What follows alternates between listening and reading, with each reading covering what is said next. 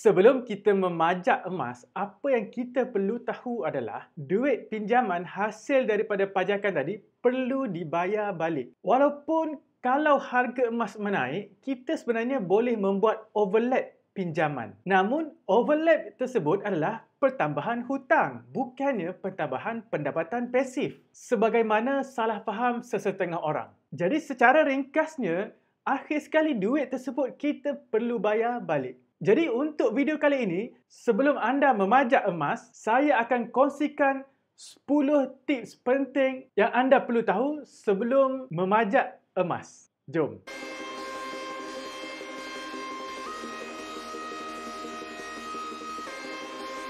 Secara umumnya, masa yang paling sesuai untuk kita memajak emas adalah terdapat 3 situasi.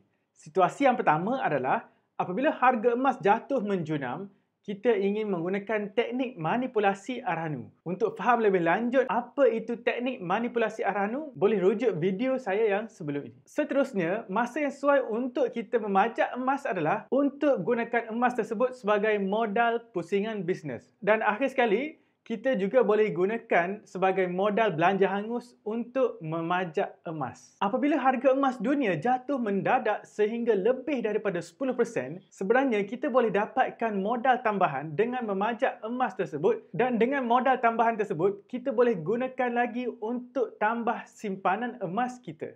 Teknik ini adalah kita panggil sebagai teknik manipulasi Arhanu, namun anda perlu tahu risiko untuk rugi dalam teknik ini lebih tinggi daripada risiko untuk kita mendapat untung. Seterusnya adalah modal pusingan bisnes. Bagi seorang peniaga yang menyimpan emas, untuk menggunakan duit sebagai modal pusingan bisnes, kita boleh gunakan emas kita untuk dapatkan modal tersebut dengan menggunakan pajakan Arhanu. Dan pastikan untung dalam bisnes yang kita akan jalankan menggunakan modal Arhanu ini adalah melebihi 1.15% secara purata. Apabila hendak menggunakan duit sebagai modal belanja hangus seperti ingin membeli handphone baru ataupun ingin melayan hobi kita seperti membeli basikal baru, kita boleh pajak sahaja emas yang dalam simpanan kita. Namun kita perlu ingat, kita mesti pastikan sumber duit untuk membayar semula emas yang kita pajak tersebut. Jadi secara ringkasnya, kalau kita tidak pasti sumber duit yang mana kita perlu gunakan untuk membayar duit pinjaman Arhanu tersebut, jangan sesekali menggunakan duit pinjaman Arhanu tadi untuk digunakan sebagai belanja hangus atau digunakan untuk membeli barang-barang yang bukan keperluan seperti menukar sport ring kereta ataupun menukar sofa ataupun lansir baru di rumah, kerana ini dikategorikan sebagai kehendak. Jadi sebagai seorang penyimpan emas, kalau kita ingin juga menggunakan duit dengan perkara-perkara yang bukan kehendak, lebih baik kita jual sahaja emas tersebut kecuali kita ingin menggunakan emas sebagai pelaburan ataupun sebagai modal bisnes. Kerana kalau kita tidak mampu untuk membayar balik duit pinjaman Arhanu tadi, emas kita risiko akan dilelong. Okey, tips yang kedua adalah kita perlu pajak mengikut modal yang kita perlukan. Margin pinjaman Arhanu adalah sekitar 65 hingga 70%. Ia bergantung kepada polisi setiap Arhanu. Setiap Arhanu mempunyai polisi yang berbeza. Katakanlah kita perlukan duit sekitar RM6,500, jadi kita pajaklah emas yang bernilai RM10,000. Tidak perlulah kita pajak emas yang bernilai sehingga RM20,000. Nanti secara tidak langsung, dengan duit pinjaman RM20,000 tadi, kita perlu juga membayar kos upah yang berlebihan. Jadi ia sangat merugikan. Okey, tips yang ketiga adalah satu emas, sama ada gold bar ataupun dinar ataupun gelang emas, hanya untuk satu surat pajak. Tujuannya, kalau hendak emas tersebut mudah ditebus nanti, pastikan satu emas satu surat pajak.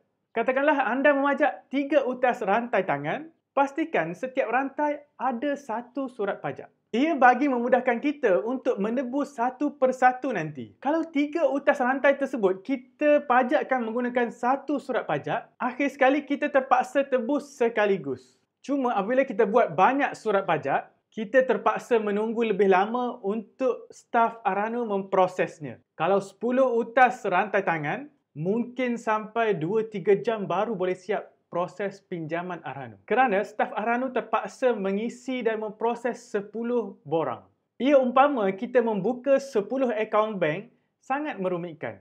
Setiap Arhanu akan mengenakan cas yang berbeza dan casnya juga mungkin akan disemak dari semasa ke semasa. Jadi sebelum memajak emas, semak dulu dengan beberapa cawangan Arhanu untuk pastikan kita akan mendapat margin cas simpanan yang paling rendah. Saya tidak boleh sahkan mana satu Arhanu yang memberikan cas simpanan yang paling rendah kerana polisi setiap Arhanu berbeza-beza dan sentiasa berubah. Jadi secara umumnya, kos benar pajakan adalah sekitar 1.15% sebulan. Pengiraan ini berdasarkan jumlah pinjaman yang diberikan, bukan atas nilai marhun sebagaimana pengiraan Arhanu. Okey, tips yang kelima adalah apabila kita mendapat duit pinjaman Arhanu, kita ketepikan siap-siap kos pajakan selama minimum 6 bulan. Alasannya, kalau kita hendak sambung pajakan nanti, kita boleh gunakan sahaja duit itu untuk membayar upah dan memperbarui surat pajak. Terutamanya apabila kita belum mendapat untung semasa pajakan yang pertama ataupun harga emas belum naik untuk menikmati keuntungan hasil daripada teknik manipulasi Arhanu semasa harga emas jatuh mendadak sebelum ini. Jadi setakat itu saja untuk video kali ini. Untuk tahu lagi 5 tips penting sebelum anda memajak emas, boleh menonton video saya yang selepas ini. Kita jumpa dalam video yang seterusnya. Bye-bye. Assalamualaikum.